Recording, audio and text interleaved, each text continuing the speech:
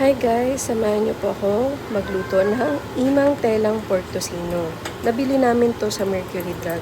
Ito na yung bagong favorite namin na pork tocino kasi sobrang malaman niya at wala siya halos taba. Hindi ko na maalala kung magkano yung presyo niya, pero nakailang beses din kami bumili nito pork tocino. I guess nasa 100 plus din siya.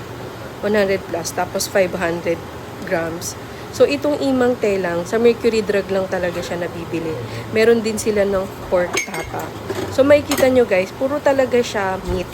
So, ang ginagawa ko dyan, tinakat ko siya ng maliliit into bite-sized pieces para mas madali siyang makain ng mga kids. So, meron kasi akong 6 years old, may 10 years old pa ako. So, kinakat ko lang siya ng maliliit para marami din makakain. So, makikita nyo guys, marami din siyang water. So, ang ginagawa ko, pinapakuluan ko lang siguro siya hanggang ma-evaporate or hanggang mawala yung tubig niya.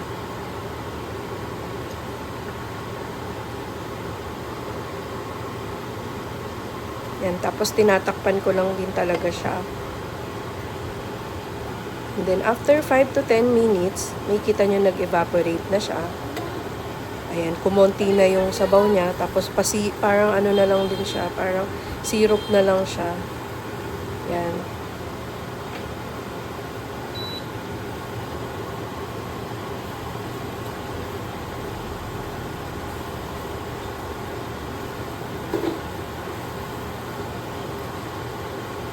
Nahalo-halo ko lang siya para mas lalo pang mawala yung water, yung natitirang water niya. Tapos nilalagyan ko siya ng mantika. Siguro 1 tablespoon lang kasi ayaw din namin na masyadong mantika. Ayan guys, so, kung titignan nyo, halos 1 tablespoon lang. Tapos after nyan, konting halo lang. Ayan, maluto lang siguro mga 3 minutes. Ayan, pwede nyo nang kunin. Ang sarap nito. Ay, natatakam talaga ako.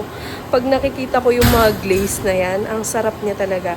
Feeling ko guys, pag natikman nyo to, itong imang telang na pork tocino, ito na yung magiging bagong favorite nyo.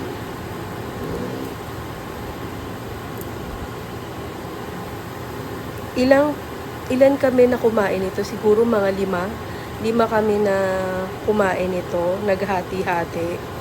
Kasi meron din akong nilutong omelette. Sobrang sarap. Try nyo na din!